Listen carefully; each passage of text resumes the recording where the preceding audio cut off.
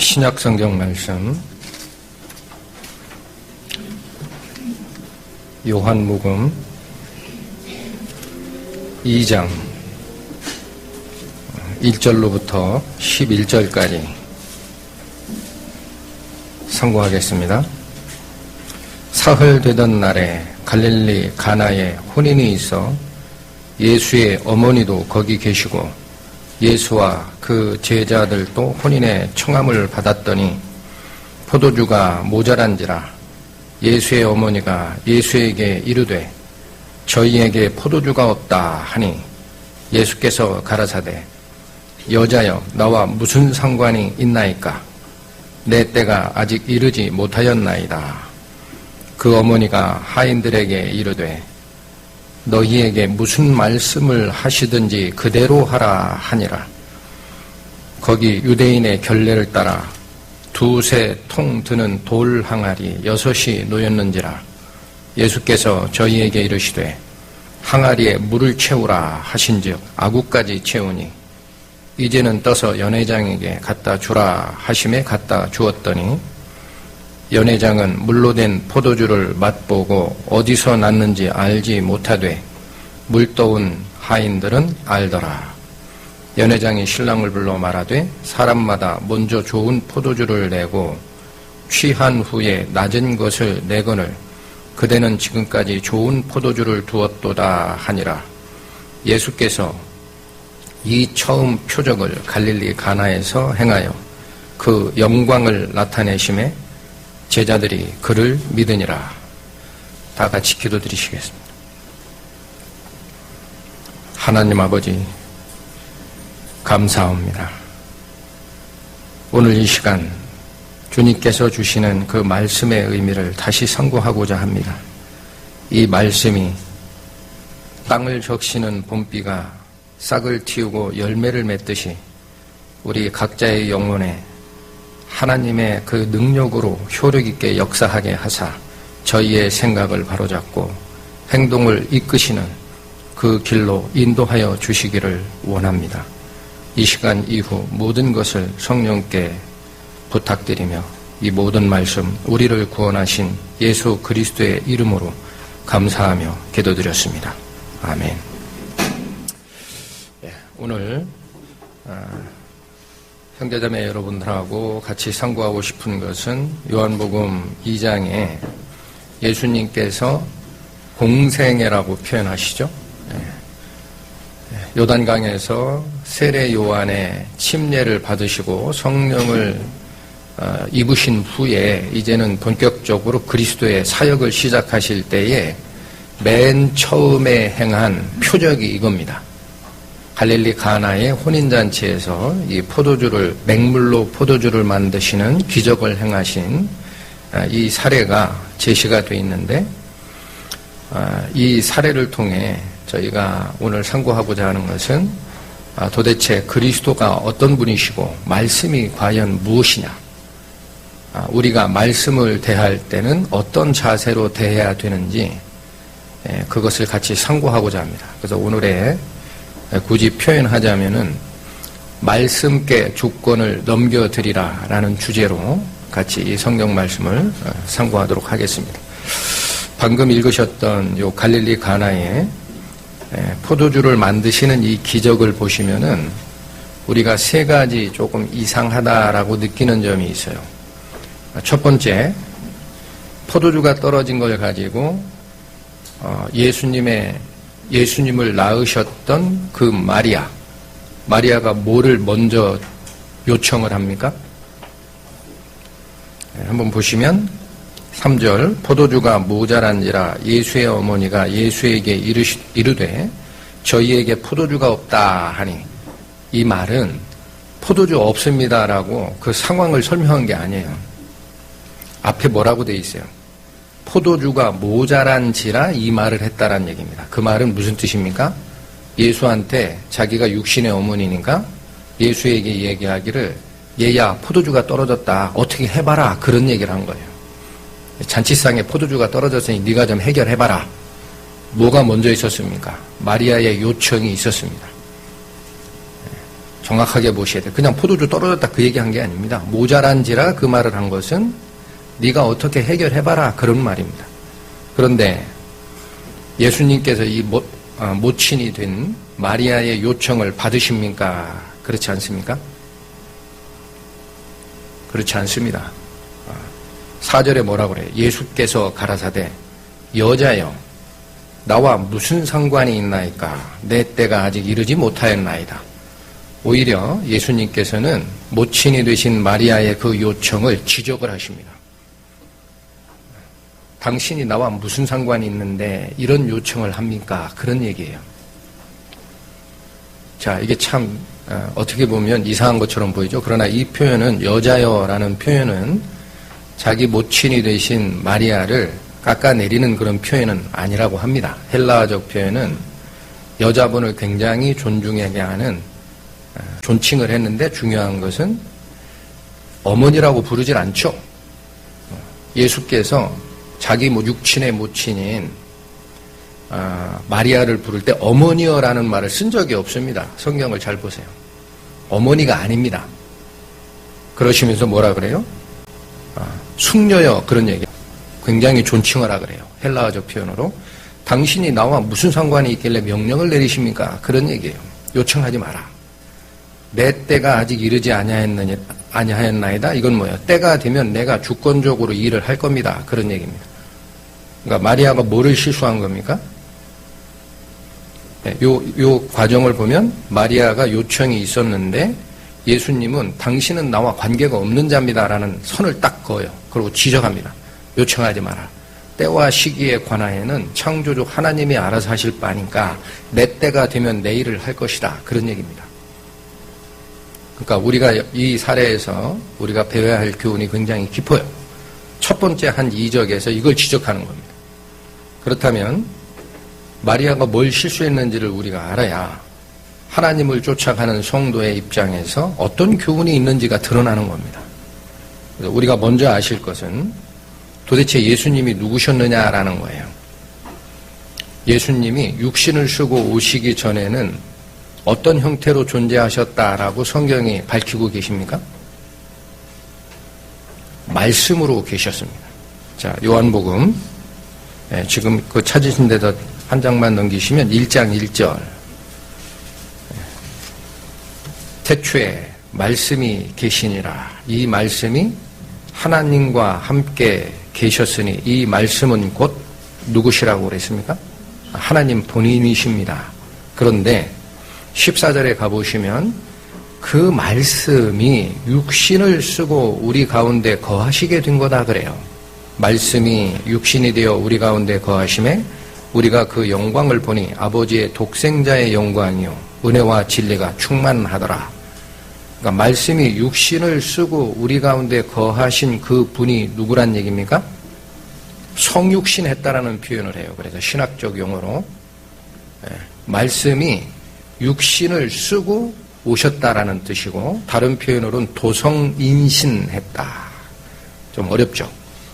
도성인신이라는 건 앞에 도자는 우리가 도라는 것을 얘기할 때 쓰는 그 도자입니다. 그래서 이게 뭐냐? 로고스, 말씀을 얘기해요. 말씀이 성인신, 사람의 몸으로 오셨다라는 뜻이에요. 그게 예수 그리스도였다라는 얘기예요. 그러니까 알겠다. 태초에 계셨던 말씀이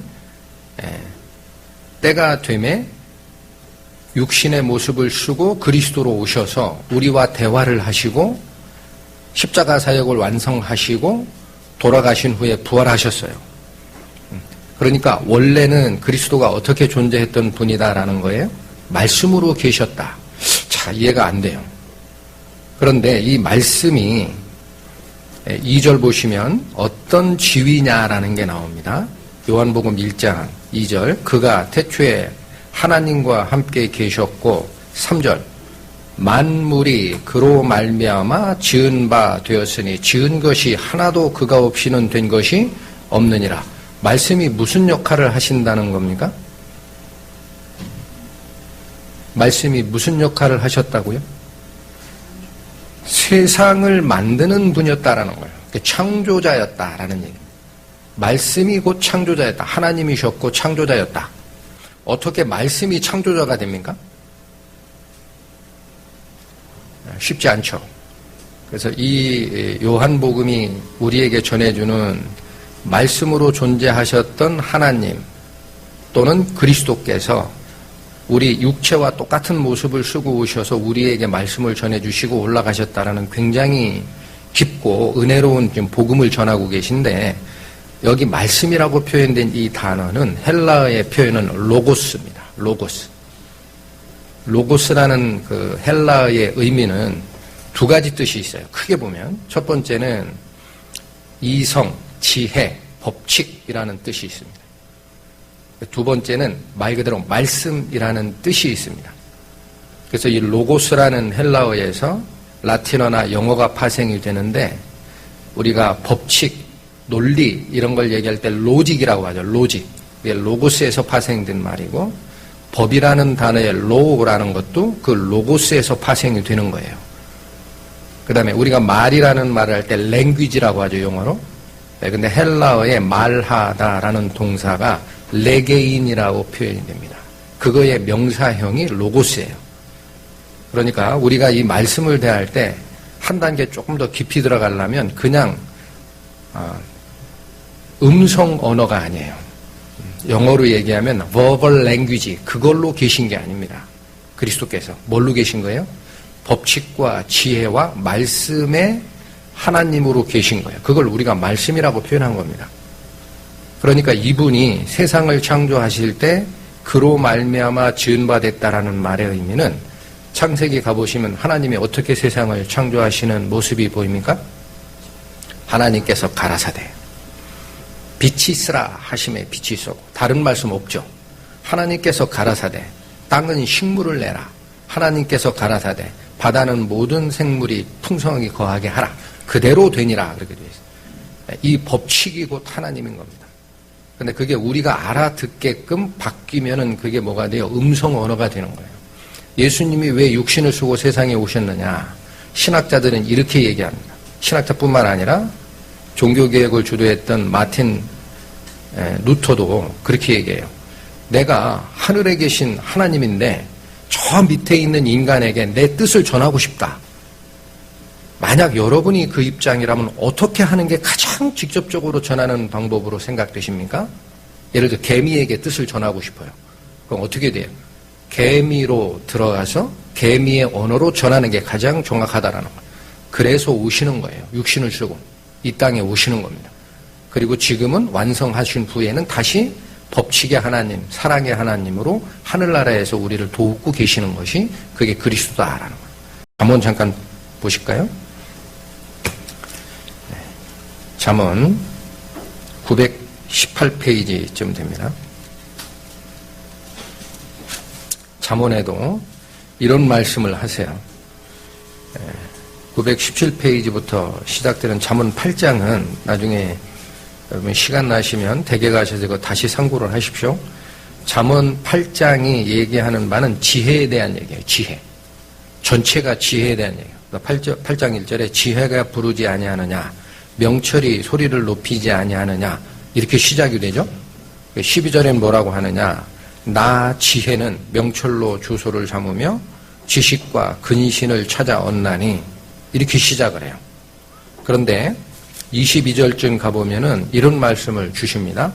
여호와께서 그 조화의 시작 곧 태초에 일하시기 전에 나를 가지셨으며, 그러니까 하나님이 지혜의 법칙인 그리스도를 같이 가지고 계신 거예요.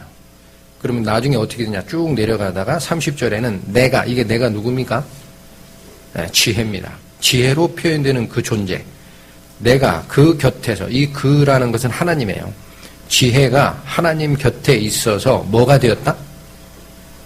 창조자가 되어 날마다 그 기뻐하신 바가 되었으며 항상 그 앞에서 즐거워하였으며, 이렇게 나오죠.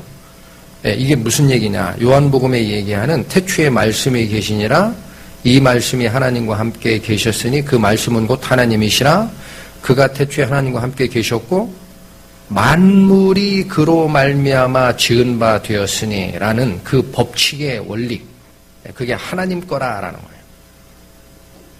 그러니까 창조자가 됐다라는 표현을 쓰고 있는 것이고, 똑같은 표현이 또 있습니다. 시편 33편 823페이지.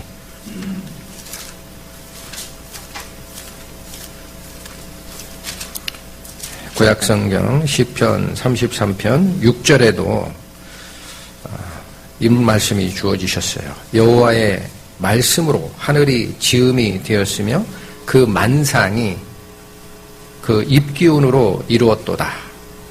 그러니까 우리가 알기 쉽게 표현한 게 이 말씀으로라고 하지만 음성 언어로 지은 게 아닙니다. 하나님의 지혜와 그 법칙으로 온 우주 질서를 다 통일하시는 거예요.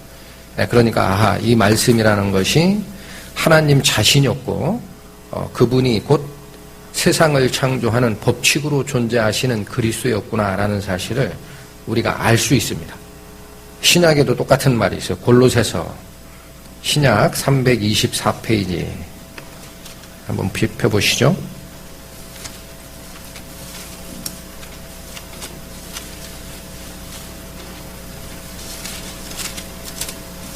골로새서 1장 14절에서 16절 보시면 그 아들 안에서, 이 여기서 얘기는 그 아들은 그리스도입니다. 그 아들 안에서 우리가 구속 곧 죄사함을 얻었도다. 그는 보이지 아니하시는 하나님의 형상이요, 이게 본질이란 얘기예요. 하나님의 본체이시고 모든 창조물보다 먼저 나신 자니, 16절, 만물이 그에게 창조되되 하늘과 땅에서 보이는 것들과 보이지 않는 것들과 혹은 보좌들이나 주관들이나 정사들이나 권세들이나 만물이, all thing, 영어로 all thing, 모든 것이 다 그로 말미암고 그를 위하여 창조되었고, 여기 누가 그입니까? 여기서 15절에 나와 있죠. 그는 보이지 아니하시는 하나님의 형상이요, 이렇게 돼 있죠. 그 다음에 14절은 그 아들 안에서라는 얘기를 해요. 그리스도가 곧 창조의 근원이었고 모든 세상을 창조를 한 이유가 뭐냐? 그리스도께 바치기 위해서 창조된 거예요. 굉장한 뜻입니다. 그분이 곧 하나님이시기 때문에. 자, 그래서 먼저 우리가 확인한 것은 뭐냐면은 예수님이 누구시냐라는 거예요. 그러니까 육신의 몸을 쓰고 오시기 전에는 그분이 누구셨다? 창조주, 법칙으로 계시는 창조주 하나님이셨다라는 거예요. 그러니까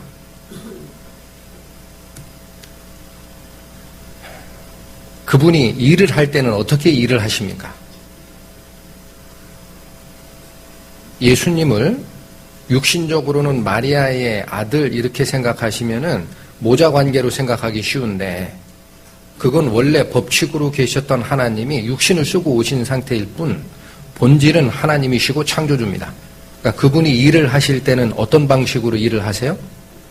창조주로서 일을 하시는 겁니다. 마리아가 그걸 잠깐 깜빡한 거예요. 그러니까 명령을 내리고 요청을 하는 거예요.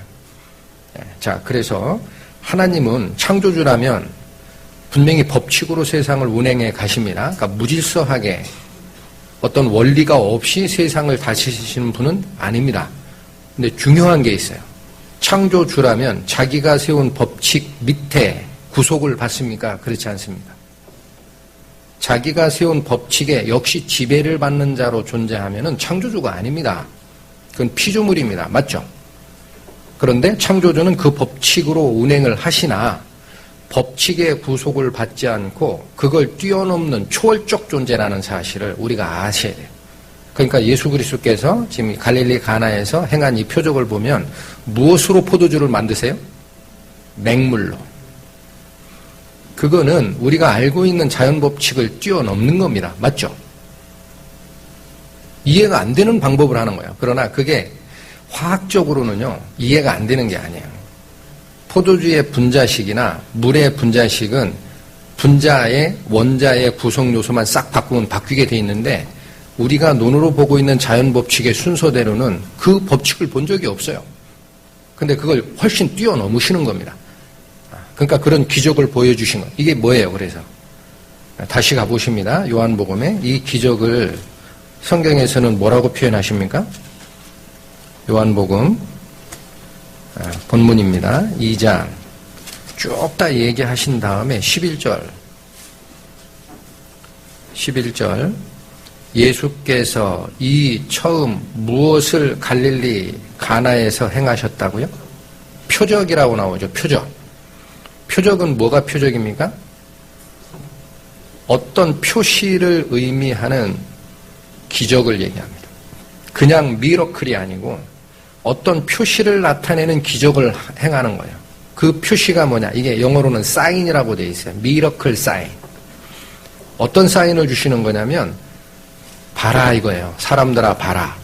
맹물이 포도주가 되는 법칙을 본 적이 있느냐? 없죠. 그러니까 이 법칙을 뛰어넘는 일을 행한 이자는 누구다라는 거예요. 그게 바로 자연 법칙을 뛰어넘는 존재, 창조주 하나님이시다. 그걸 나타내는 사인이라는 겁니다. 사인. 그러니까 이제는 뭐를 알아야 돼요, 사람들이. 아, 이분이 육신의 모습을 쓰고 우리 가운데 계시지만 창조주 하나님이시구나. 그걸 나타내시기 위해 자연 법칙을 뛰어넘는 행적을 보이시는 겁니다. 이게 그분의 사인이에요. 그렇죠? 그래서 그런 걸 이미 행하신 것은 내가 창조주 하나님이다라는 걸 표시하는 것이고, 그렇다면 창조주 하나님께서는 누구의 지배를 받으십니까? 자기가 법칙을 운행하시는 주체이십니까? 주체이십니다. 그런데 마리아가 뭐를 실수한 거예요? 자기가 육체적으로 낳거든요. 예수를. 그렇죠? 그러니까 급하니까 뭐라 그래요? 여기 잔치집에 포도주가 떨어졌으니까 포도주가 떨어진지라 예수에게 얘기하기를 포도주가 떨어졌다. 그 말은 뭐예요? 네가 해결 좀 해봐라 라고 요청을 한 거예요. 자, 그러면 마리아가 예수께 요청할 수 있는 지위가 됩니까? 안 됩니까? 지위가 되나요? 안 되나요? 이 부분도 우리가 좀 이미 알고 있지만 카톨릭에서는 예수님은 법칙을 운행하시는 하나님이시기 때문에 죄인된 우리 인간이 가까이 하기엔 좀 멀리 계시다 그래요. 그래서 그 모친이신 마리아를 통해 아들에게 자비를 구하는 방식으로 가면 어머니의 사랑으로 그 하나님, 아들 하나님의 사랑이 어머니를 통해 우리에게 충분히 올 수 있다. 그런 가르침을 주고 있어요. 카톨릭이 가지는 기도할 때 쓰는 묵주 아시죠? 예, 이게 정확하게 제가 기억은 못하는데 그게 몇십 가지가 이게 돌아가요. 근데 그 중에 주기도문보다 마리아를 위한 기도문 수가 많습니다. 그러나 이 성경 말씀은 분명히 얘기하시죠. 마리아의 요청을 예수께서 받아주셨어요. 지적하셨어요. 지적하십니다. 당신이 나랑 무슨 관계가 있길래 명령 내리느냐 이 얘기예요. 그걸 온화한 표현으로 한 거예요.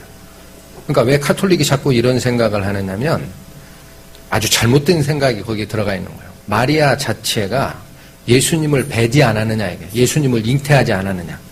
그런데 그렇다면 마리아가 깨끗지 않으면 태아에서 자란 예수도 죄로 물들 수밖에 없다. 사람의 생각입니다. 그래서 마리아, 성모 마리아라고 하는데 마리아 자신도 죄가 없이 잉태가 됐다라고 주장을 해요. 이거를 뭐라고 하냐, 무염시태라고 표현합니다. 무염, 오염되지 않은 상태에서 시태, 잉태가 됐다. 그게 예수가 그렇다는 게 아니고요. 착각하면 안 돼요. 카톨릭에서 얘기하는 무염시태 사상은 마리아 자신이 그렇게 태어났다라고 주장해요. 그분은 죄가 없이 태어난 성녀라 그래요. 성녀. 그러니 그 태에서 나온 예수도 죄 없이 태어났다라고 주장을 하는 겁니다. 그러니까 그 성모를 통해서 카톨릭식으로 얘기하면 주님께 부탁을 하면 어머니의 사랑으로 우리를 이끌어 주실 것이고 중개자로서 하나님, 아들 하나님의 은혜를 충분히 우리에게 전달할 수 있다. 그래서 자꾸 기도할 때 마리아를 위한 기도가 많은 겁니다. 주기도문보다. 잘못된 겁니다. 그렇죠? 여기 뭐라고 그러세요? 예수님이. 여자여, 나와 당신이 무슨 상관이 있습니까? 그래요. 자, 한번 생각을 할 게 있어요. 예수님이 육신을 쓰고 오시는 과정이 생물학적으로 굉장히 어렵지만 성령에 의해 잉태됐다라는 표현이 있었죠. 성경에. 그러면 태반에 그걸 착상을 하는 거죠. 이 태아가 하고 거기서부터 영양분을 받을 텐데 마리아는 분명히 죄인으로 그대로 온 자예요. 그럼 그 죄가 태반을 통해서 태아인 예수 그리스도께 오염됩니까? 안 됩니까? 안 되게 돼 있습니다. 궁금하시면 나중에 한번 보세요. 어머니의 영양분은 태반에 있는 태아에게 올 때 피가 가는 게 아니에요. 중간에 영양분만 교체해주고 서로 갈라집니다. 굉장히 중요한 원리예요. 그거 우리가 볼 수 있어요. 어디서 볼 수 있어요? 달걀 아시죠? 수정란 달걀이 있어요. 처음에 달걀 안에 피가 있습니까? 없습니까? 아시는 거예요. 없어요. 흰자와 노른자하고 유전자인 그 씨가 있습니다. 그렇죠? 근데 걔가 어머니 닭으로부터 피를 받은 적이 없는데 나중에 그게 계속 세포 분할을 하면 뭐도 만들어내요. 피도 만들어내고 뭐도 만들어내고 다 만들어내죠. 똑같은 원리입니다. 그러니까 성모가 무염시태한 상태에서 예수 그리스도가 죄 없이 태어나는 게 아닙니다. 몰라서 자꾸 그런 이론들을 만드는 거예요.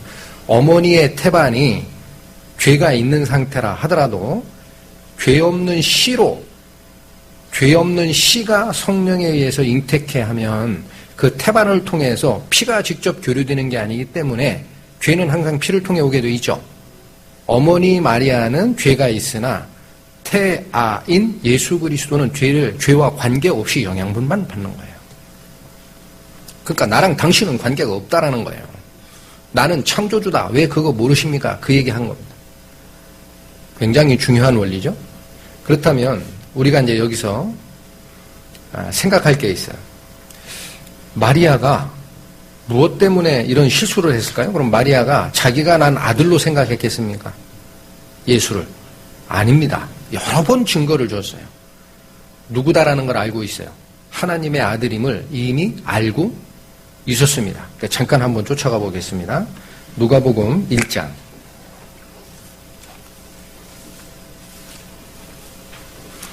누가복음 1장 35절. 34절부터 보겠습니다. 누가복음 1장 34절부터 38절까지. 마리아가 천사에게 말하되 나는 사내를 알지 못하니 어찌 이 일이 있으리이까. 천사가 대답하여 가로되 성령이 내게 임하시고 지극히 높은 이의 능력이 너를 덮으시리니 이러므로 나실 바 거룩한 자는 하나님의 아들이라 일컬으리라. 맞죠? 마리아에게 직접 천사가 현몽할 때 네 아들 아니다라고 지시했어요. 네 아들이 아니다. 하나님의 아들이다. 알고 있었습니다. 마리아가. 그 다음 태어났을 때, 이건 잉태할 때 천사가 현몽한 거고 태어날 때 또 한 번 천사의 메시지가 갑니다. 바로 옆에 2장 누가복음 2장 10절 부터 19절까지 천사가 이르되, 이건 누구에게 간 거냐면요 8절부터 읽겠습니다. 그 지경에 목자들이 밖에서 밤에 자기 양떼를 치더니 목동에게 천사가 임하는 거예요. 9절 주의 사자가 곁에 서고 주의 영광이 저희를 두루 비침에 크게 무서워하는지라. 천사가 이르되 무서워 말라. 보라 내가 온 백성에게 미칠 큰 기쁜 소식을 너희에게 전하노라. 오늘날 다윗의 동네에 너희를 위하여 구주가 나셨으니 곧 그리스도 주시니라. 목자에게 천사가 무슨 명령을 주십니까? 무슨 명령을 줬어요? 그리스도께서 탄생했다 그래요. 가서 경배하라. 그래서 찾아갑니다. 찾아가가지고 17절 보면 16절부터 빨리 가서 마리아와 요셉과 구유에 누인 아기를 찾아서 보고 천사가, 잘 들으세요, 자기들에게 이 아기에 대하여 말한 것을 고하니 뭘 고했다는 거예요? 천사가 와서 얘기하기를 그리스도가 나셨다라고 얘기했습니다. 그래서 우리가 경배하러 왔습니다. 이 말을 요셉과 마리아에게 한 겁니다. 우리가 온 이유가 이겁니다. 천사가 알려주더이다 라고 말하니 고하니. 18절 듣는 자가 다 목자의 말하는 이를 기이히 여기더라. 신기하게 여겼다. 그런데 19절 잘 보세요. 마리아는 이 모든 말을 어떻게 했다고요? 마음에 지키어 생각하니라. 처음에 잉태할 때 천사가 자기에게 현몽한 걸 알아요. 그러니까 태어날 때 목자에게 천사가 얘기한 그리스도께서 나셨다라는 말을 keep in mind, 마음속에 깊이 생각해서 가지고 있었던 겁니다. 마리아가. 근데 이 마리아가 예수님이 계속 자라서 유대인의 결례대로 하면 12살이 되면 성년식이에요. 그래서 성전에 가서 결례를 행하는 그 과정이 있습니다. 그때 그걸 까먹습니다. 왜? 12년이 지났으니까. 자기가 계속 젖주고 먹였던 애니까 태어날 때는 분명히 천사의 음성을 keep in mind 했지만 잊어버리는 거예요. 내 육신의 아들로 착각하는 거예요. 그래서 그 과정이 다시 한번 보시면 누가복음 2장 48절, 바로 옆이죠. 자, 42절 잠깐 볼게요. 예수께서 12살 될 때에 저희가 이 절기의 전례를 쫓아 올라갔다가, 이게 예루살렘으로 가는 거예요. 그러니까 유태인의 규례에 따르면은 12살이 성년식이고 다른 말로 접견식이라고 합니다. 어린애에서 벗어나는 거예요. 그러면 반드시 하나님의 성전에 가서 결례를 행하라, 보고하라 라는 거예요. 그 규례를 계속 따라서 전례를 따라 예루살렘에 올라갔어요. 그리고 다 끝나고 나서 요셉과 마리아는 집으로 올라고 오는데 군중이 굉장히 많으니까 한참 오다 보니까 이거 예수님, 내 애가 없어졌네? 이래가지고 다시 계속 되짚어서 올라가요. 물어서 혹시 우리 애 못 봤습니까? 우리 애 못 봤습니까? 하다가 어디까지 가요? 다시 예루살렘 성전까지 간 거예요. 갔더니 예수님을 찾았어요. 찾아서 48절입니다. 그 부모가 보고 놀라며 그 모친은 가로되 아이야 어찌하여 우리에게 이렇게 하였느냐? 보라 내 아버지와 내가 근심하여 너를 찾았노라. 어떤 표현이에요? 우리가 알고 있는 부모가 길 잃어버린 애한테 하는 얘기를 하는 거예요. 그렇죠? 네가 왜 그렇게 했느냐? 내가 노심초사하고 너를 찾았다. 잊어버린 줄 알고. 49절에 뭐라고 그래요? 예수께서 가라사대 어찌하여 나를 찾으셨나이까? 내가 내 아버지 집에 있어야 될 줄을 알지 못하셨나이까? 하시니. 자, 다시 한번 알려주는 겁니다. 나는 당신 아들 아닙니다. 나는 하나님의 아들이요. 그러니 내가 내 아버지 집 어디예요? 성전에 있어야 되는 게 당연한데 그걸 왜 찾고 있어요? 그런 얘기. 마리아가 또 착각한 거죠. 자기 아들로 생각한 거예요. 12년이 흘러가니까 처음에 태어날 때 천사의 말씀이 keep in mind 된 상태에서 잊어버린 거예요. 그러니까 다시 애를 대하듯이 하는 겁니다. 그랬더니 예수님이 다시 한번 얘기를 해요. 그런데도 50절에 보면 양친이 그 하신 말씀을 깨닫지 못하더라. 자, 갈수록 태산입니다. 이제는 그 의미도 잊어버린 거예요. 자기 아들로 생각하는 거예요. 그러다가 지금 요한복음에 그러니까 12살 때 성년식을 하러 성전에 올라갈 때 벌써 12년의 시간이 지나니까 육신의 어머니인 마리아가 자기 애로 생각한 거예요. 근데 거기서 다시 18년이 흘러요. 그러니까 예수님이 공생에 시작하는 게 대충 30세쯤 시작하셨다 그러죠. 그리고 나서 오늘 읽어드렸던 요한복음에 갈릴리 가나의 첫 기적을 행하는 겁니다. 그러니까 거기서 얼마가 또 흘렀죠? 18년이 흘러갑니다. 그러니까 다시 뭐라 그래요? 얘야 포도주 떨어졌다 그러는 거예요. 똑같은 일을 하는 겁니다. 맞죠? 그러니까 뭐를 잊어버리는 거예요? 우리가 잘 생각해야 됩니다. 우리도 지금 말씀을 쫓아간다고 하는데 말씀이 창조주 하나님이심을 잊어버리는 거예요. 시간이 지나면. 그러니까 자꾸 내 생각을 얘기하는 거고 어떻게 하는 거야? 요청하는 겁니다. 그러나 예수께서는 마리아의 요청을 직접 들어주셨습니까? 지적합니까? 첫 번째 지적합니다. 당신은 나랑 관계가 없습니다. 착각하지 마세요. 나는 하나님의 아들이요. 맞죠? 그리고 뭐라 그래? 내 때가 아직 이르지 아니하였나이다? 그 말은 뭐예요? 여기 지금 조금 우리 못 들어보던 성경인데 미국에서 Amplified New Testament라고 확장 신약 성경이라는 것이 있어요. 거기 번역은 이렇게 돼 있어요. 여자여 나와 무슨 상관이 있나이까? 내 때가 아직 이르지 못하였나이다. 요 문구를 우리가 공통적으로 가진 것이 무엇입니까? 저에게 맡겨두십시오. 이렇게 해석을 해냅니다. 당신하고 나하고는 공통점이 없다라는 거예요. 나는 신이고 당신은 사람이다. 그러니까 내 때가 되면 내가 알아서 할 테니까 간섭하지 마라. 그런 뜻이에요. 내 때가 아직 이르지 아니하였나이다. 그 말이. 지적을 합니다. 다시 일깨워주는 거예요. 어머니 모친을 무시하는 게 아니에요. 숙녀여라고 여자여라는 표현은 헬라적 표현으로 존칭하라 그랬어요.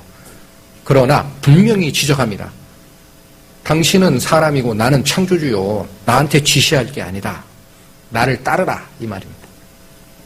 잘못 생각할 수 있어요. 우리가. 자, 그래서 우리가 다시 한번 보는 것은 갈릴리 가나의 잔치집에서 일어났던 이 포도주의 기적은 우리가 분명히 아실 거는 하나님께서는 직접 주관하는 분이시지 누구의 요청에 따라 움직이는 자가 아닙니다. 그러니까 우리가 신앙생활 할 때도 조심해야 될 것이 하나님 이거를 해 주십시오. 기도할 때 하나님 왜 이 소원을 안 들어주십니까? 라는 형태의 기도는 잘못된 겁니다. 그게 예수의 모친 마리아가 했던 일이에요. 우리 포도주 떨어졌다 큰일 났다. 하나님을 쫓아가는 우리 모임들에 왜 이렇게 분란이 많습니까? 하나님 어떻게 좀 해주십시오. 이상하다. 내가 딴 모임을 가야 되나? 별 생각이 다 들어요. 그렇죠? 그러나 하나님이 주무십니까? 안 주무십니까? 이스라엘을 지키시는 자는 주무시지도 아니하시고 졸지도 아니하신다라고 되어 있어요. 약속이 주어졌어요. 그분이 행하는 게 있습니다. 그러니까 그분의 뜻을 내가 발견하게 해주십시오라고 기도하고 쫓아가면 되는데 뭘 먼저 합니까? 자기가 생각하는 대로 요청을 해요. 이 모습이 여러분 잘 보십시오. 마리아가 그걸 잊어먹었어요. 2번이나 잊어먹는 게 나아요. 12살 때도 잊어먹었고 또 18년이 지나서 갈릴리 가나에서 혼인잔치에서도 잊어먹어서 자꾸 명령하는 내가 모친으로 생각하는 그 잘못을 범했는데 마리아는 금방 돌이킵니다. 왜? 천사의 현몽을 keep in mind 한 게 다시 생각나는 거야. 이분이 내 아들이 아니구나. 하나님이시구나. 그러니까 돌아가요. 어서 보여요? 방금 읽으셨던 이 기적에서 5절에 보면 그 어머니가 하인들에게 이르되 뭐라고 얘기합니까? 너희에게 무슨 말씀을 하시든지 어떻게 하라? 그대로 하라. 안 겁니다. 이분이 하나님이시구나. 내가 그걸 까먹었네. 어떤 말을 해도 그대로 순종하라. 이게 마리아의 결론이었어요. 돌이키는 겁니다. 알기 때문에. 근데 뭐하고 이게 약간 달라요. 전에도 한번 우리 야유회 갔을 때 한번 말씀을 전한 적이 있는데 우사의 잘못이 뭐였습니까? 처음에 말씀이 인도하는 대로 가야 되는데 소가 이끄는 달구지에 말씀을 끌고 가려고 한 행동 자체가 잘못됐죠. 그러니까 말씀이 거기서 어떻게 돼요? 잘못됐다라고 소가 뛰게 만들었어요. 이게 잘못됐다 그러면 하나님의 징책이 오면 말씀으로 돌아가야 되는 거예요. 성도들은. 내가 뭘 잘못했나? 근데 우사는 어떻게 했어요? 자기 과거에 70, 80년을 우리 집에서 성궤를 모셨으니 내가 이 방법 안다라고 마음이 낮아지지 못하고 그 넘어지는 말씀을 어떻게 했어요? 잡았죠. 그게 뭘 의미합니까? 내가 말씀을 진정시키려고 하는 거예요. 건방진 겁니다. 어디 감히 창조주 하나님을 자기 마음대로 얘기를 하고 자기 마음대로 끌고 가려고 합니까? 우사가 잘못한 게 보여야 돼요. 여러분이. 그냥 히스토리, 얘기거리로 이해하지 마십시오. 말씀이 반발하는 데는 이유가 있다라는 거예요. 그럼 다시 돌아가라. 우사가 잘못해서 죽었잖아요. 근데 마리아는 어떻게 갑니까? 돌아갑니다. 내가 잘못했구나. 이분이 하나님이시구나. 그러니까 하인에게 뭐라고 얘기해요? 어떤 말을 하든지 그대로 해라. 그분 말씀을 따르라. 우사의 사례에서 다윗 왕은 어떻게 했습니까? 자기가 좋은 뜻으로 하나님의 말씀을 내 바로 곁에 모시려고 언약궤를 모셔오는 과정에서 문제가 생기니까 분냈다라고 돼 있었죠. 다윗이 분내요. 그 궤를 어디에다 갖다 쳐박아 놨어요. 표현이 좀 그런데 오벳 에돔이라는 문지기 수문장 역할하는 그 집에 쳐박아 놨어요. 이거 못하겠다 이거. 까다롭다. 하나님 정말 까다롭네. 그런데 거기서 그치지 않습니다. 그게 바로 다윗의 승리의 요인이에요. 다시 생각하는 거예요. 내가 뭘 잘못했을까? 거기서 우리가 배울 게 있어요. 하나님 다루기 힘들고 말씀이 얘기하는 게 힘들다. 못하겠다. 지시할 때까지 그냥 기다리다. 아무 얘기 안 할래. 다윗이 그랬습니까? 안 그렇습니다. 다시 말씀으로 돌아가요. 뭘 잘못했는지. 그리고 제사장에게 묻고 성경을 통해 보니 잘못이 드러납니다. 우리가 잘못했구나. 괴로 매야 되는데 일부러 끌고 가려고 한 것이 우리가 잘못이다. 그래서 제사장과 레위인을 다시 모으고 뭐라 그래요? 그때는 우리가 괴를 매지 아니하여서 그리하였다. 지적을 딱 발견하고 이제는 정확하게 다시 어때요? 말씀을 다시 끌고 와야 돼요. 저거. 말씀이 없으면 어떻게 갈 겁니까? 그 모습이 보이죠? 성공하는 거예요. 그러니까 어디로 돌아가라는 얘기예요. 힘들고 내가 잘 이해 못해도 처음에 지시하신 말씀으로 돌아가는 자에게는 길이 보입니다. 마리아가 그걸 한 겁니다. 천사의 지시하심을 다시 기억하는 거예요. 이분이 하나님이시구나. 그대로 해라. 이게 우리에게 주는 교훈이 굉장히 깊다라는 거예요. 그 다음에 또 하나, 그리스도께서 그러면은 마리아가 요청한 그 일을 거부한 거예요? 아니에요.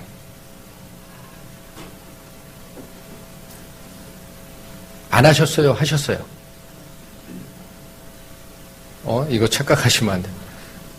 포도주가 부족한 걸 해결하셨어요? 안 하셨어요? 해결하십니다. 마리아의 요청이 그 방향이 맞더라도 앞서서 지시하거나 요청하지 말라는 거예요. 때가 되면 창조주가 알아서 하신다. 아시겠죠? 일은 하시되 내가 앞서면 안 되는 거예요. 그분께 위탁하라. 그러면 하십니다. 그러니까 일을 하는 것과 하는 때에 관해서는 누구의 권한 하에 두신 거예요? 하나님의 권한 하에 두셨어요. 그걸 섭리라고 합니다. 섭리. 때가 되매 아들을 보내사 여자에게 나게 하시고, 마찬가지예요. 또 재림하는 때도 뭐라고 얘기하십니까? 때와 시기에 관해서는 아버지께서 자기 권한 하에 두셨으니 너희의 알 바가 아니다. 간섭하지 마라. 때가 되면 하시는 거예요. 하나님께서. 그러니까 이게 주권적으로 역사하는 하나님의 섭리라는 겁니다. 이거를 구약성경 이사야 30장에서는 이렇게까지 표현하세요. 한번 보시겠습니다. 이사야 30장 18절 보시겠습니다.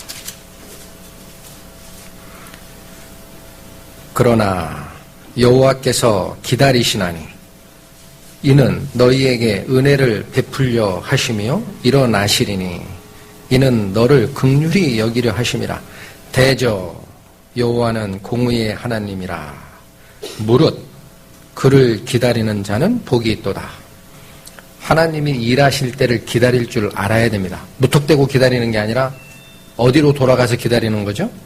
마리아가 처음에 예수가 누구라는 사실을 천사가 자기에게 줬던 그 말씀으로 돌아갔듯이, 또 다윗이 어디로 돌아갔듯이 하나님의 말씀을 섬기는 규례가 원래 있는데 내가 무시했구나라는 걸 발견하고 기다리듯이 돌아가는 거예요.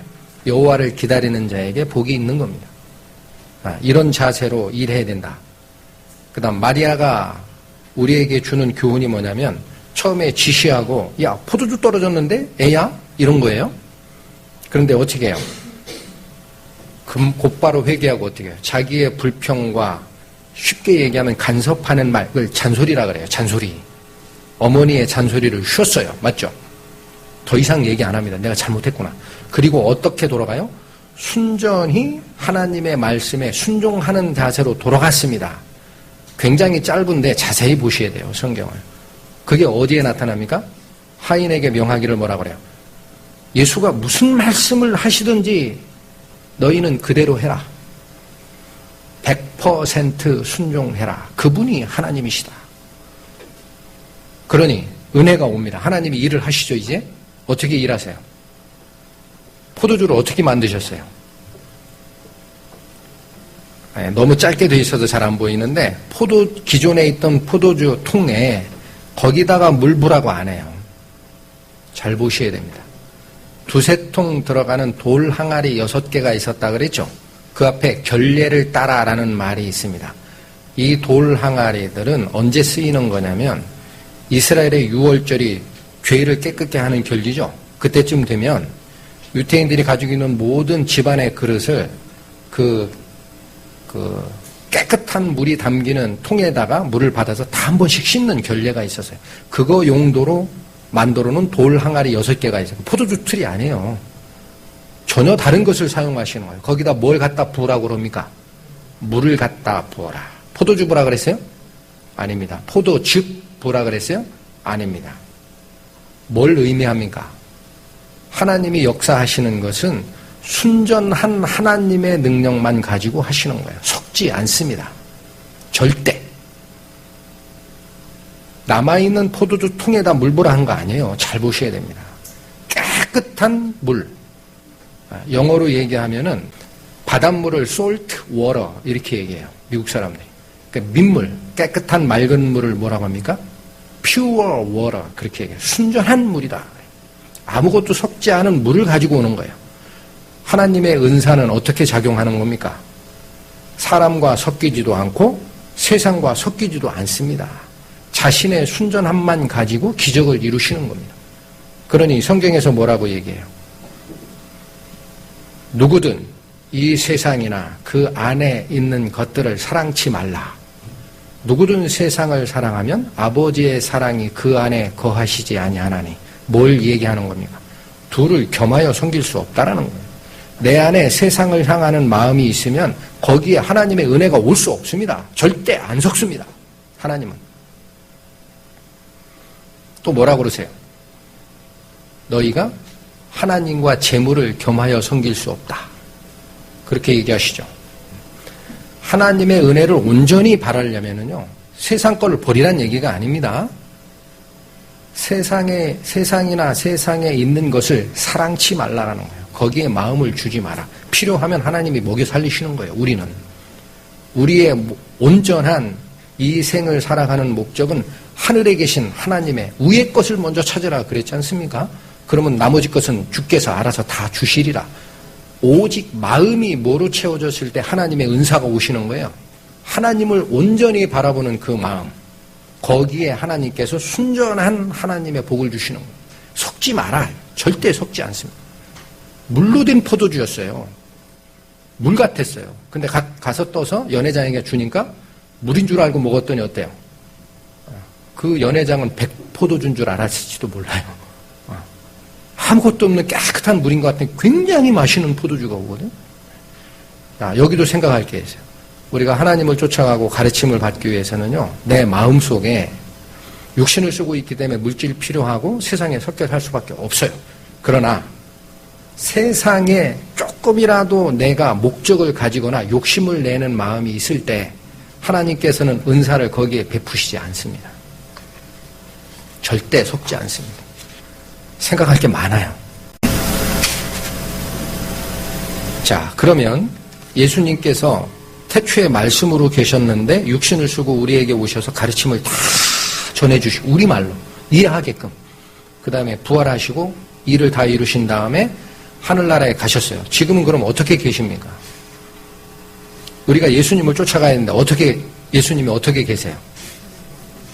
똑같습니다. 말씀으로 계시는 겁니다. 이거 오해하시면 안 돼요. 기록된 말씀 속에 있는 거예요. 제 얘기입니까? 그럼 나중에 복음서 가서 보세요. 예수님이 이런 말씀하세요. 십자가 사역을 다 완성하신 다음에 아들 하나님, 내가 아버지를 영화롭게 하였으니 이제 아버지께서 태초부터 있었던 그 영화로움으로 아들을 영화롭게 하소서. 그런 기도가 요한복음에 있었었죠. 십자가 사역을 완성하신 다음에는 하나님이 재판장이에요. 그게 주권자라는 얘기입니다. 그 재판하는 권세를 전부 아들에게 위임하셨다라고 돼 있는데 그럼 아들이 재판해야 되지 않겠습니까? 어떻게 재판할 거예요? 막판에. 이것도 잘 생각해야 돼요. 구원받은 자도 재판이 있습니다. 너희는 자유의 율법대로 심판받을 자처럼 말도 하고 행동도 하라. 생사의 심판은 없어요, 우리에게. 그러나 구원받은 이후에 언행에 대한 심판은 반드시 있습니다. 마지막 날에 내가 너를 신문하리라 그랬어요. 근데 뭐가 신문합니까? 예수님이 여기 재판장으로 쓰시고 야, 성도들 하나씩 나와. 너 왜 그랬어? 그때그때 다른 말로 물어보시는 게 아닙니다. 복음서에 뭐라고 나와요? 내가 아무도 심판치 않는다 그래요. 예수님 말이에요. 신기한. 그럼 심판 권한이 어디로 간 거예요, 도대체? 성부 하나님이 성자 하나님께 위임을 했는데 성자 하나님은 내가 아무도 심판치 않는다 그래요? 내가 너희에게 한 이 말이 마지막 날에 너희를 심판하리라. 그렇게 되어 있습니다. 깊게 새기셔야 돼요. 예수님이 이미 다 알려주신, 여기 있다. 이 안에 모든 기준이 있고 가르침이 있고 있다. 이걸 무시하지 마라. 그런 얘기예요. 다시 말씀으로 계시는 거예요, 예수님이. 그러니까 우리가 성경 말씀을 대할 때 어때요? 마음이 겸손해야 됩니다. 지식적으로 대하려고 해도 안 되고요. 내 마음대로 해석하려고 해도 안 되고 순전한 그 하나님의 말씀을 나에게 열어주십시오. 그렇게 기도하고 말씀을 받으셔야 돼요. 그럴 때 가르침이 오는 겁니다. 자, 이거 한번 보시겠습니다. 사도행전 20장 신약 224페이지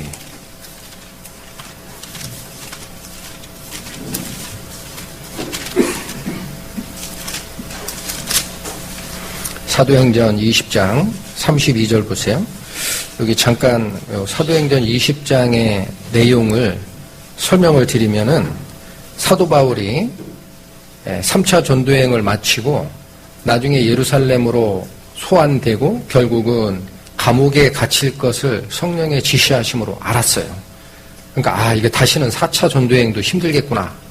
알고 나서 어떻게 하냐면 에베소 지역에 있는 자기가 가르쳤던 그 장로들이 있어요.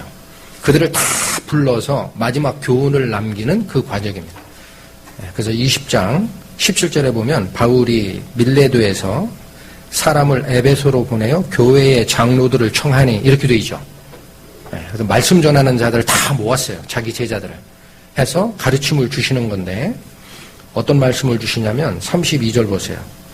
지금 내가 너희를 주와 및 그 은혜의 말씀께 부탁하노니 그 말씀이 너희를 능히 든든히 세우사 거룩해 하심을 입은 모든 자 가운데 기업이 있게 하시리라. 무슨 말씀입니까? 그러니까 이 말씀 하신 거예요. 내가 이제는 너희들을 다시 교훈할 수 없는 상태가 되니 어디에게 부탁하느냐? 하나님과 그 하나님의 말씀께 너희를 부탁하고 간다 그래요. 그런데 후반에 나오는 것은 누가 우리를 온전하게 이끄십니까? 거긴 하나밖에 안 나와요. 말씀이 너희를 이끌고 갈 것이다. 다시 읽겠습니다. 부탁하노니 그 말씀이 너희를 능히 든든히 세우사 거룩해 하심을 입은 모든 자 가운데 뭐가 있게 하시리라? 기업. 여기 기업은 뭐예요? 상속 유업입니다. 우리가 뭐를 상속받게 돼 있는 자입니까? 하늘나라. 이 말은 그 말씀이 너희를 든든히 세우사 하늘나라에 갈 때까지 충분히 너희를 인도할 능력이 있다라는 거예요. 부탁을 어디다 하고 갑니까? 사도 바울이. 우리를 어디다 부탁하고 가세요? 말씀에게 부탁하는 거예요. 왜 그래요? 예수님도 그랬잖아요. 재판 권한이 어디로 이행됐다. 내가 심판하는 게 아니다, 얘야. 내가 한 말이 너희를 심판할 거야. 그러니 성경책 똑바로 읽어. 그 얘기예요. 사도 바울도 똑같은 얘기 하시는 겁니다. 왜 말씀이 우리를 온전하게 세울 수 있습니까? 성령이 지시하심으로 기록된 게 말씀이기 때문에 뒤에 또 보실 거예요. 말씀을 상고하면은 하나님의 가르침이 거기를 통해 우리에게 오게 돼 있어요. 원리가. 그러니까 말씀 이외에는 없어요. 자, 한 군데 더 찾겠습니다. 베드로후서 1장.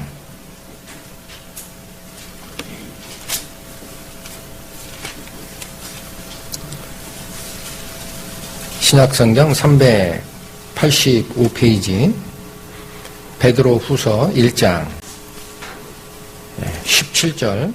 베드로후서가 쓰인 시점에서 1년도 아마 안 됐을 거예요. 베드로 사도가 순교를 합니다. 그러니까 이게 거의 유언서입니다. 근데 무슨 말씀을 하냐면요. 원래 베드로후서 나중에 가서 집에서 읽어보시면 1장 12절부터는 이러므로 너희가 이것을 알고 이미 진리에 섰으나 내가 항상 너희로 생각하게 하려 하노라. 뭔가를 리마인드 시켜주겠다. 영어로 리마인드 시켜주겠다. 13절에 내가 이 장막에 있을 동안에 너희를 일깨워 생각나게 함이 옳은 줄로 아노니 다시 또 리마인드 시켜주겠다. 또 15절에 내가 힘써 너희로 하여금 나의 떠난 후에라도 필요한 때에 이런 것을 생각나게 하리라. 다시 리마인드 시켜주겠다. 뭐를 생각나게 하려고 자꾸 이렇게 강조했느냐. 근데 그 말씀 결론을 내기 전에 17절에 이런 말씀을 먼저 주세요. 지극히 큰 영광 중에서 이러한 소리가 그에게 나기를 이는 내 사랑하는 아들이요 내 기뻐하는 자라 하실 때에 저가 하나님 아버지께 존귀와 영광을 받으셨느니라. 이 소리는 우리가 저와 함께 거룩한 산에 있을 때 하늘로서 나옴을 들은 것이라. 요 간단하게 쓴 17, 18절은 무슨 얘기를 하는 거예요? 여러분 나중에 마태복음 3장쯤에 가보시면은 변화산상의 기적을 얘기합니다. 그러니까 예수님께서 수제자 베드로와 요한과 야고보를 데리고 어떤 산에 올라, 감람산인지 뭔지 지금 확실치 않습니다. 거기 가서 세 사람에게만 보여줘요. 뭐예요? 모세와 엘리야가 하늘에서 내려오고 예수님은 형체가 완전히 바뀌어버리죠. 얼굴에 빛이 났다 그래요. 그러니까 베드로가 겁나니까 하나님의 영광을 처음 본 겁니다. 육신의 예수님만 보다 자기가 무슨 말을 하는지도 모르고 주여 여기 있는 게 좋으니 천막 셋을 짓되 하나는 엘리야를 위해 하나는 모세를 위해 하나는 주를 위해 하리이다. 무슨 말을 하는지도 모르고 중얼거렸어요. 근데 하늘에서 나오는 음성은 뭡니까? 여기 있는 이 예수가 사람이 아니라는 거예요. 내 사랑하는 자여 기뻐하는 자니 뭐라고 말씀했다고요? 너희는 그의 말을 들으라. 이걸 기적을 본 자입니다. 베드로와 요한 야고보가. 이 말을 먼저 꺼내요. 내가 이런 기적을 본 자인데 자 이제 바뀝니다. 여러분 이거 생각할 수 있어요. 여러분이 베드로 사도였으면 좋겠다는 생각하는 경우 많죠. 나도 하나님의 기적을 봤으면 내가 어떤 기도를 하는데 하나님께서 직접 응답을 좀 한번 확실히 좀 해주셨으면 내가 얼마나 좋을까. 하나님의 사랑 안에 있는 걸 내가 증거를 좀 갖고 싶다. 이런 생각 들 거예요. 근데 베드로 사도가 뭐라고 얘기하십니까? 19절부터 전혀 다른 얘기를 해요. 그런 기적을 봤으나 19절 뭐라고 그래? 또 우리에게 더 확실한 예언이 있어 어두운데 비추는 등불과 같으니 날이 새어 샛별이 너희 마음에 떠오르기까지 너희가 이것을 주의하는 것이 가하니라. 무슨 말씀하시는 거예요? 갑자기 베드로가 자기가 예수님하고 동행할 때 변화산상에서 엄청나게 영화로운 모습으로 바뀌는 예수님도 본 자란 얘기예요. 기적을 봤다. 예수님이 사람이 아니다라는 걸 보여줬어요. 온 형체가 빛나는 모습으로 바뀐 걸 봤습니다. 그러나 그거보다 뭐가 더 확실하다라는 거예요. 여기 19절. 우리에게 더 확실한 예언의 말씀이 있다. 여기 예언이라는 말이 한글 성경 번역이 느낌이 잘 안 오도록 돼 있어요. 이게 원래 단어는 대언입니다. 대언. 대언이라는 말이 뭐예요? 하나님의 말씀을 받아서 대신 얘기한 걸 대언이라 그래요. 그러니까 이 말은 뭐냐? 하나님께서 하신 말씀을 대신 기록한 그 말씀들이 우리에게 있다라는 거예요. 그 변화산상 그거 신경 쓰지 마라. 그거 아무것도 아니다. 너희는 그 말을 들으라 그랬잖아요. 예수님이 변화돼서 하늘에서 나는 음성이 그렇죠. 오색구름 속에 그 말을 어떻게 듣느냐 이게 우리가 지금 어떻게 들어요? 대언의 말씀이 있다라는 그게 확실한 증거다. 그래서 어디까지 하라 그래요? 어디까지 하라? 어두운데 비추는 등불과 같아서 날이 새어 샛별이 너희 마음에 떠오르기까지 너희가 이것을 주의하는 것이 가하니라. 이것은 말씀입니다. 그래서 이 구절 19절을 다른 번역본으로 읽어드릴 테니까 한번 보세요. 또 우리에게는 더 확실한 대언의 말씀이 있으니 날이 새어 새벽별이 너희 마음에 떠오를 때까지 너희가 어두운 곳에서 비치는 빛을 대하듯 이 말씀에 주의를 기울이는 것이 잘하는 것이니라. 변화산상에서 이는 내 기뻐하는 자요 내 사랑하는 자라 너희는 그 말을 들으라 라는 하늘의 음성이 지금은 어떻게 우리가 예수님 말을 듣습니까? 이거 있다라는 거, 이거 있다. 이게 더 확실한 거다. 그렇죠. 그러면서 20절에 뭐라고 하잖아요. 먼저 알 것은, 다시 얘기하는 거예요, 베드로가. 먼저 알 것은 경의 모든 예언은 사사로이 풀 것이 아니니, 여기 예언이란 말은 다 대언으로 바꾸면 됩니다. 예언은 언제든지 사람의 뜻으로 낸 것이 아니요 오직 어떻게 난 거다? 성령의 감동하심을 입은 자들이 하나님께 받아 말한 것이라. 그러니 사람의 말로 이해하지 마라. 성경의 모든 기록은 성령이 주관하신 것이니 이는 내 기뻐하는 자요 내 사랑하는 자라. 너희는 그 말을 들으라. 어느 말을 들으라? 예수님 다시 오셔가지고 나한테 귀에다 얘기해달라? 여기 있다. 여기. 멀리 찾을 거 없다. 이게 더 확실한 거다. 무슨 말을 하는지 아시겠죠? 베드로 사도가. 3장에 바로 옆에 3장에 보면 1절 2절도 똑같은 얘기 하시는 거예요. 사랑하는 자들아 내가 이제 이 둘째 편지를 너희에게 쓰노니, 이 후서를 쓴다는 얘기예요. 전서 말고 후서. 이 둘로, 그러니까 전서와 후서라는 그 편지 둘로 너희 진실한 마음을 일깨워 생각하게 하여, 여기 또 생각나게 한다. 리마인드 시킨다라는 얘기 하죠. 뭘 리마인드 시켜주고 싶어요? 2절 곧 일깨워주는 대상이 나옵니다. 곧 거룩한 선지자의 예언의 말씀과 뭡니까 이게? 그 당시로 얘기하면은 구약 성경을 얘기하는 거예요. 거룩한 선지자의 대언의 말씀과 뒤에 또 나옵니다. 주 대신 구주께서, 이건 누구예요? 구원의 주 예수님입니다. 구주께서 너희의 사도들로 말미암아 명하신 것, 이건 뭡니까? 그게 신약 성서예요. 그것을 어떻게 하게 하노라? 기억하게 하려 하노라. 자, 이제 드러납니다. 베드로 후서 1장에 3번씩이나 내가 너희에게 리마인드 시켜주고 싶다. 내가 조금 있으면 죽을 것 같은데 이거 굉장히 중요하니까 기억해. 내가 변화산상에서 예수님을 바라보고 그 말을 들으라라는 하늘의 음성을 들었는데 그거 어떻게 듣는 줄 아니? 이거다. 그 얘기 하신 겁니다. 그러니까 지금 말씀으로 다시 계시는 거예요, 예수님이. 여러분 믿습니까? 성경을 대할 때 그래서 우리가 하나님을 대하듯 대해야 하는 이유가 여기 있습니다. 그래야 뭔가를 배우는 거예요. 겸손도 배우고 지시사항도 배우고. 잠언 19장 찾아보시겠습니다. 구약성경 930페이지.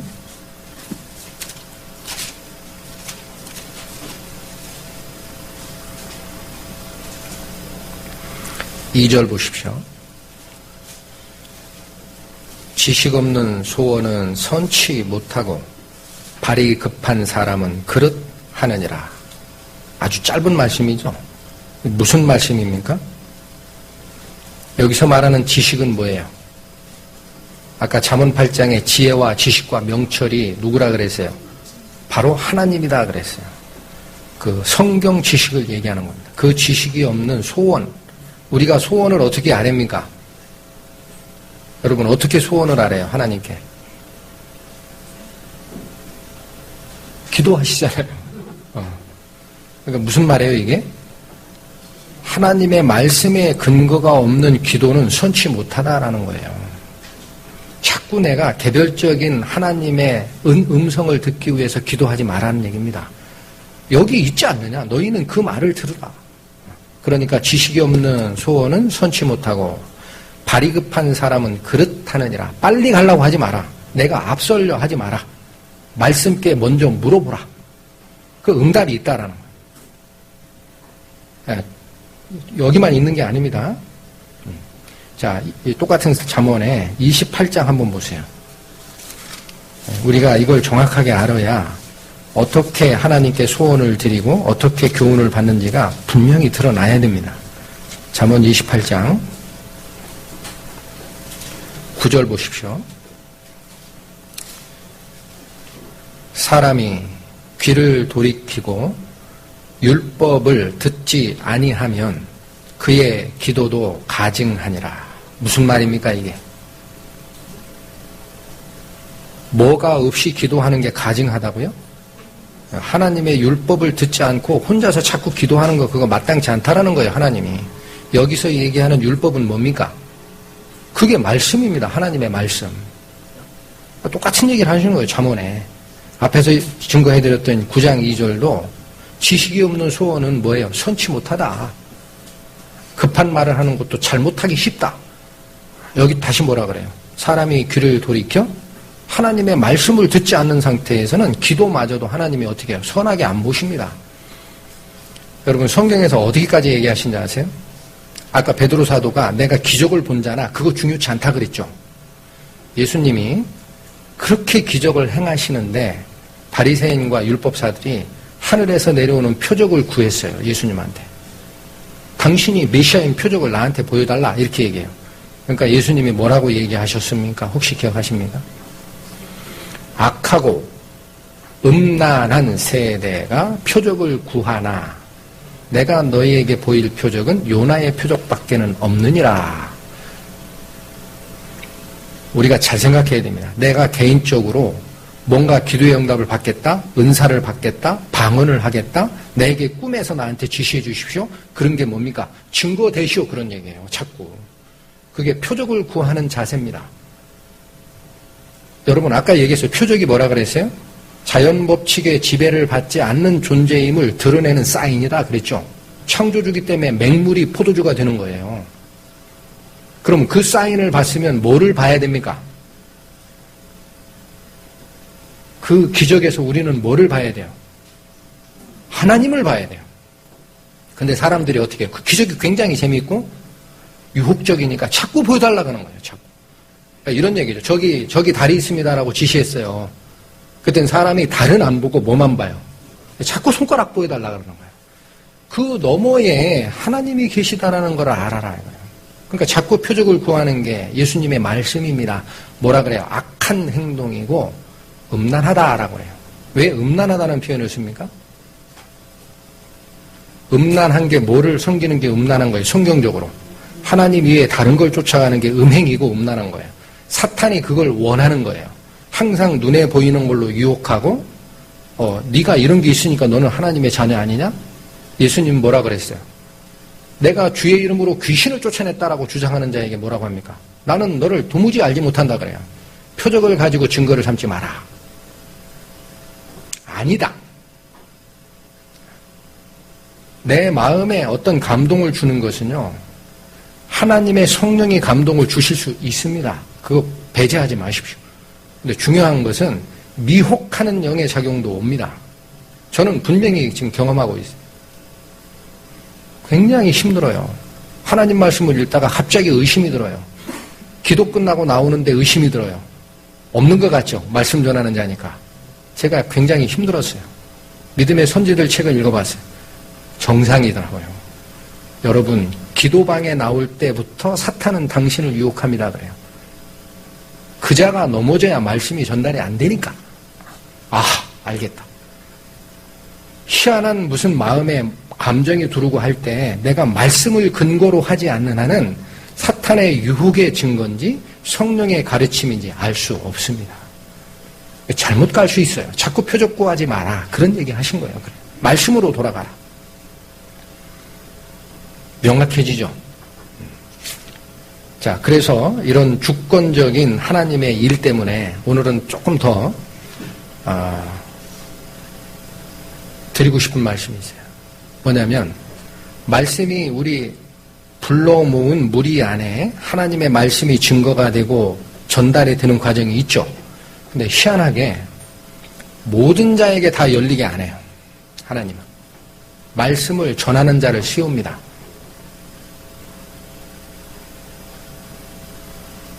보시겠습니다. 언젠가 한 번은 제가 상고하고 싶었어요. 조금 쉽지 않은 주제지만 에베소서 보세요. 에베소서 4장 신약 314페이지 에베소서 4장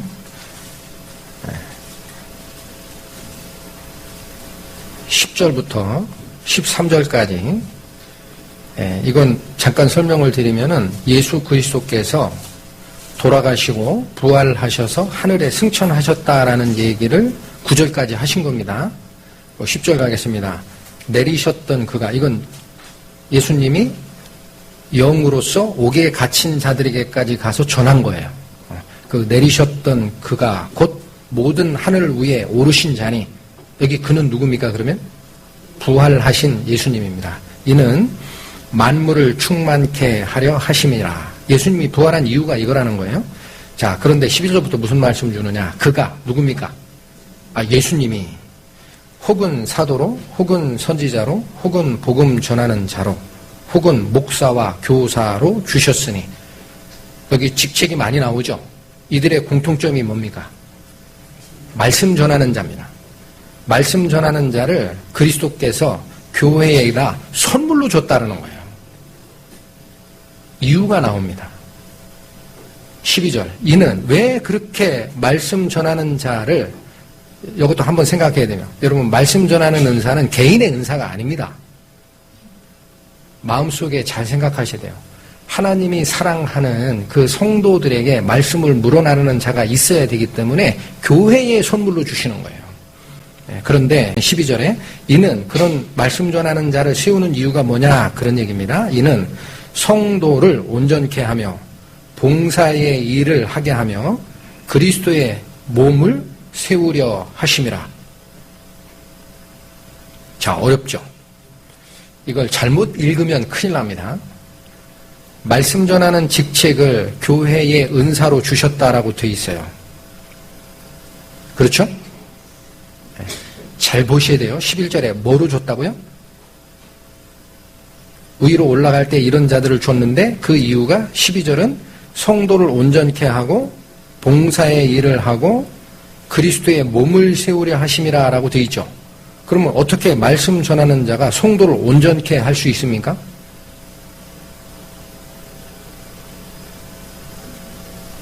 말이 안 되죠. 어떻게 말씀 전하는 자가 성도를 온전케도 하고 그리스도의 몸을 세운다라는 것은 성전을 지어가는 그 역할을 그들에게 돕게 했다라는 거예요. 근데 어떻게 사람이 이런 일을 합니까?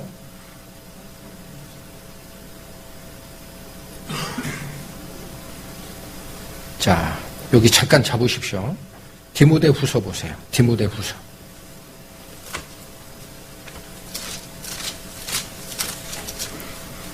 디모데후서 3장입니다. 15절, 16절, 17절까지. 또 내가 어려서부터 성경을 알았나니 성경은 능히 너로 하여금 그리스도 예수 안에 있는 믿음으로 말미암아 구원에 이르는 지혜가 있게 하느니라. 모든 성경은 하나님의 감동으로 된 것으로 교훈과 책망과 바르게 함과 의로 교육하기에 유익하니. 17절 잘 읽으세요. 이는 하나님의 사람으로 온전케 하며 모든 선한 일을 행하기에 온전케 하려 함이니라. 자, 성도를 온전케 하는 과정의 주체가 여기 명확하게 드러납니다. 누가 그런 일을 하는 거예요? 말씀이 하는 거예요. 그러면 아까 얘기했던 에베소서 4장에 교회에게 말씀 전하는 직책을 줬는데 12절에 이는 성도를 온전케 하고 봉사의 일을 하고 그리스도의 몸을 세우려 하심이라 라고 되어 있는 그 말씀, 글로 돌아가세요. 이것은 그 자들이 하는 게 아닙니다. 그 자들이 뭘 하는 자들이라고 그랬어요? 말씀을 전하는 자입니다. 그러니까 하나님의 말씀이 있으면 그걸 갖다가 성도에게 전하면 말씀이 우리를 교훈케 하고 온전케 하고 완전하게 세우는 거예요. 그러니까 말씀 전하는 자는 반드시 뭐만 전해야 됩니까? 하나님의 말씀만 전해야 됩니다. 자기 생각 섞으면 안 됩니다. 내려오라 그래요, 하나님이. 그 일을 하기 위해서 세운 거예요. 그런데 13절에 더 정확하게 나오죠. 우리가 자, 이렇게 세워줬어요. 그런데 우리가 다 하나님의 아들을 믿는 것과 아는 일에 하나가 되어 온전한 사람을 이루어 그리스도의 장성한 분량이 충만한 데까지 이르리니 14절 확실히 나옵니다. 이는 그렇게 되는 것은 우리가 이제부터 어린아이가 되지 아니하여 사람의 괴술과 간사한 유혹에 빠져 모든 교훈의 풍조에 밀려 요동치 않게 하려 함이라. 그러니까 어떻게 하라는 얘기예요. 말씀이 오면 잘못된 교리도 방어할 수 있고 든든히 세우고 그리스도의 몸을 세우는 역할을 한다. 그러기 위해서 뭐를 세웠다? 고린도전서 12장 신약 278페이지 28절 하나님이 교회 중에 몇을 세우셨으니 첫째는 사도요, 둘째는 선지자요, 셋째는 교사요, 그 다음은 능력이요. 이렇게 쭉 나옵니다. 뭐를 세우는 게 누구라고요? 각종 직임을 주어 은사의 역할을 하도록 세우는 자가, 교회 중에 세우는 자가, 여기 주체가 누가 세웠다고 되어 있습니까? 여긴 하나님이라 그래요. 하나님이 세우신다 그래요. 한 구절 더 찾겠습니다. 사도행전 20장.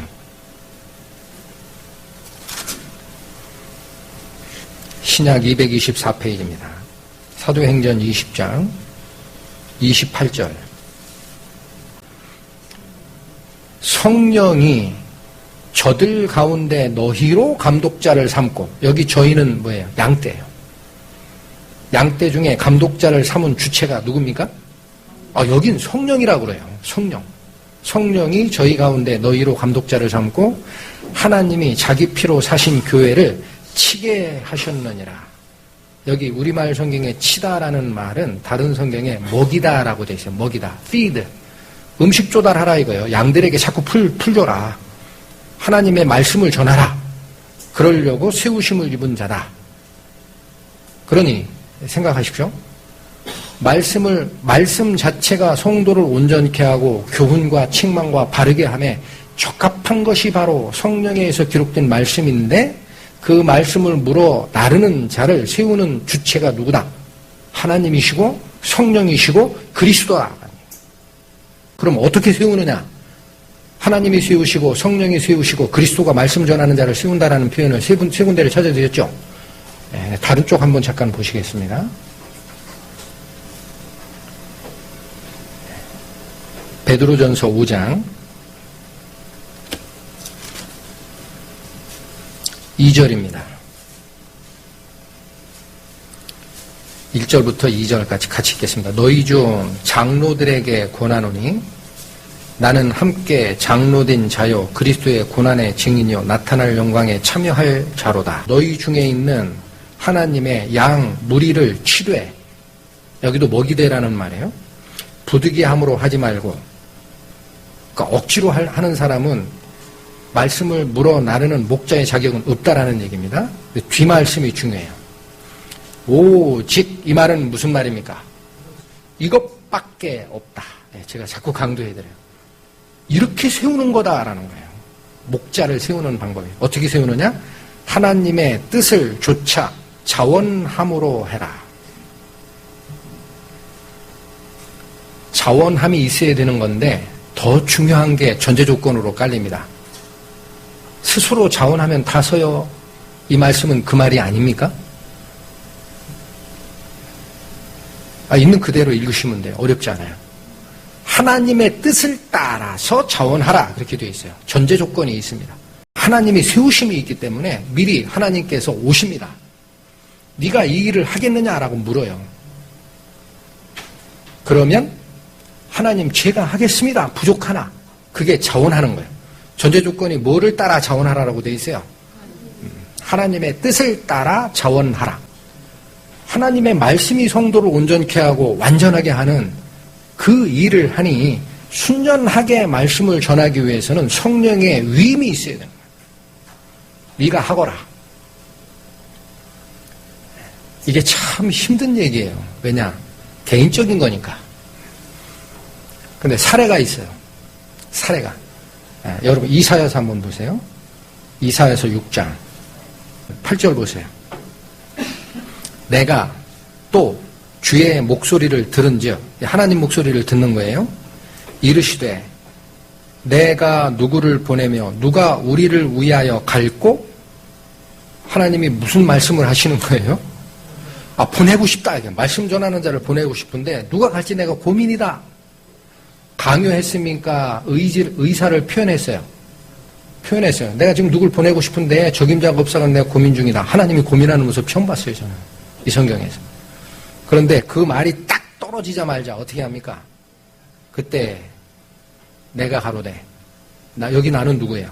이사야 선지자입니다. 내가 여기 있나이다. 나를 보내소서. 어떻게 한 거예요? 하나님의 뜻을 보고 내가 자원한 겁니다. 이젠 자원할 수 있어요. 왜? 하나님께서 깨끗게 하심을 받았으니 나는 이제 하나님 말씀을 전할 수 있구나. 내가 깨끗해서 전하는 게 아니구나. 하나님께서 다 하시는 거구나. 그러면 제가 부족하나마 헌신하겠습니다. 그게 오직 하나님의 뜻을 따라 자원함으로 하라. 그런 뜻입니다. 이게 뭐냐? 말씀이 우리에게 주는 권위예요. 권위. 제가 아까 처음에 이 말씀 상고하기 전에 말씀께 권위를 돌려드리라. 그 주제로 말씀드리겠습니다. 그랬죠? 여러분도 똑같습니다. 여러분도 똑같습니다. 지금 말씀을 받을 때에 하나님이다라고 생각하고 받으셔야 돼요. 여기에 기록된 게 하나님이다. 예수님이다. 그러니 내가 뭔가 잘못됐다 그러면 그대로 쫓아가는 마음을 가져야 하나님이 인도할 수 있어요. 그거 이외에는 방법이 없습니다. 잠언 1장 찾겠습니다. 신약성경 911페이지.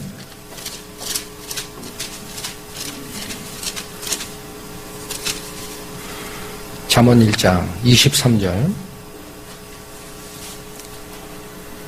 나의 책망을 듣고 돌이키라. 보라, 내가 나의 신을 너희에게 부어주며 나의 말을 너희에게 보이리라. 이게 순서입니다. 하나님께서 교훈하는 책망의 말씀, 아까 신약성경 말씀을 보면 뭐가 이 책망과 바르게함과 의로 교육하기에 유익하다 그랬어요? 기록된 성경 말씀. 거기에서 내가 책망을 받으면 돌이킬 줄 알아야 되는데 하면 하나님께서 성령을 부어주신다 그래요. 근데 이거를 착각하는 자가 또 있어요. 무슨 방언이나 환상을 보는 줄 알아요. 기도의 응답으로. 그렇지 않습니다. 여기 나오잖아요. 뭐라고 돼 있어요? 신을 부어주어서 하는 일이 뭐예요? 나의 말을 너희에게 보여줄 거다. 열리는 거예요. 기록된 말씀이 이거다. 우리가 전에 한번 성령과 말씀의 역할이라고 한번 설교가 나갔었죠?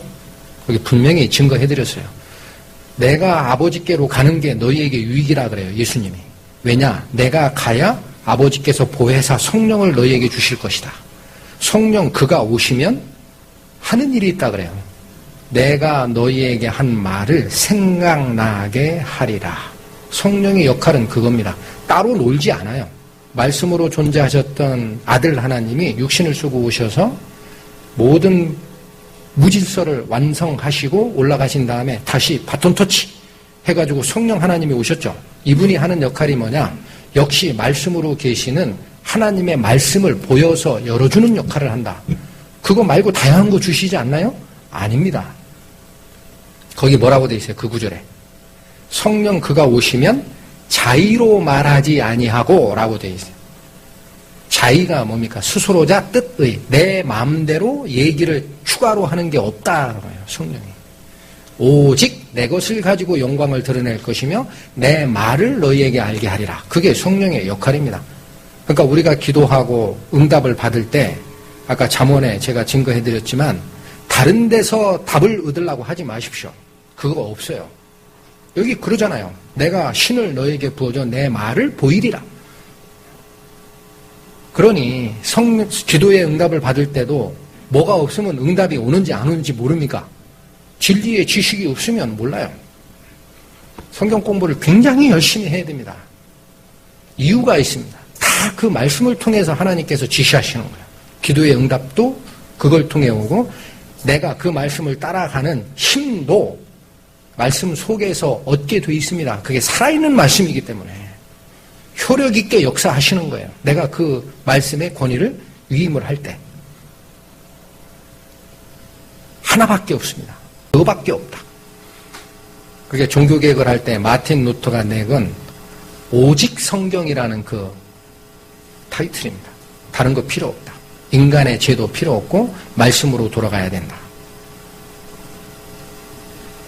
자, 요건 제가 참고해서 한번 알려드리겠습니다. 시편 119편 147절, 148절에 보면은요, 이런 말씀도 있어요. 내가 새벽 전에 부르짖으며 주의 말씀을 바라싸우며. 이 사람 지금 어떻게 하고 있는 게 다윗의 시예요. 어떻게 한 거예요? 새벽도 전에 깨가지고 주의 말씀을 바라고 있다는 거예요. 그 다음 주의 말씀을 묵상하려고 내 눈이 야경이 깊기 전에 깨었나이다. 뭐예요? 잠도 안 자요, 이 사람. 이거 다른 번역본에는 뜬 눈으로 밤을 지새움나이다. 새 번역에 그렇게 돼 있어요. 하나님의 말씀을 이렇게 사모하고 쫓아가라라는 얘기입니다. 말씀을 가까이 하고 자꾸 가서 묻는 것밖에 없어요. 그것만이 우리를 오른쪽으로 인도하시는 거예요. 자, 그래서 오늘 지금 상고해드린 요 가나 혼인잔치의 기적에 보면 우리가 분명히 알 게 있어요. 육신의 어머니였던 마리아가 처음에는 자기 아들인 줄 알고 뭐를 잊어버렸느냐? 창조주 하나님의 힘을 잊어버린 겁니다. 그러니까 간섭하려고 했다가 천사가 현몽한 그 마음이 다시 생각나면서 이분이 하나님이구나 돌이켰죠. 그리고 어떤 자세를 취했습니까? 너희에게 무슨 말씀을 행하든지 그대로 하라 하니라. 맹불 갖다 보라고 하는데 붙잖아요, 하인들이.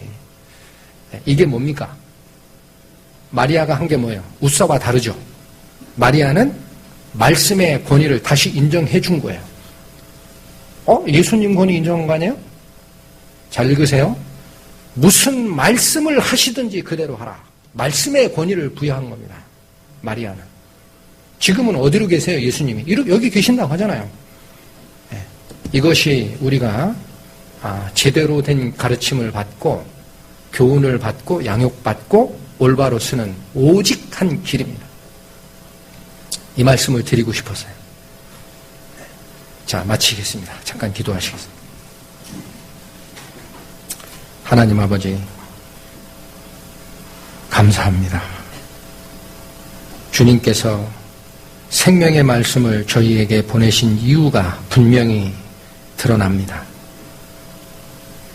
나의 말은 헛되이 내리는 비와 같지 않다. 그렇게 말씀하셨습니다. 하늘에서 내리는 비가 땅을 적시어 싹을 내고 열매를 맺듯이 내 말은 헛되이 돌아오지 아니하느니라.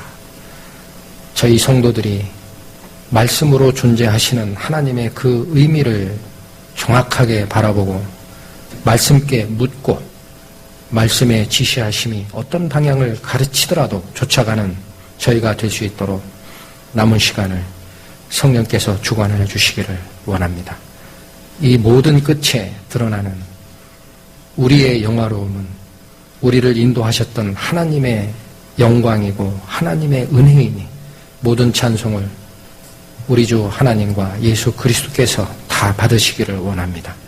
이 모든 말씀 우리를 구원하신 예수 그리스도의 이름으로 감사하며 기도드렸습니다. 아멘.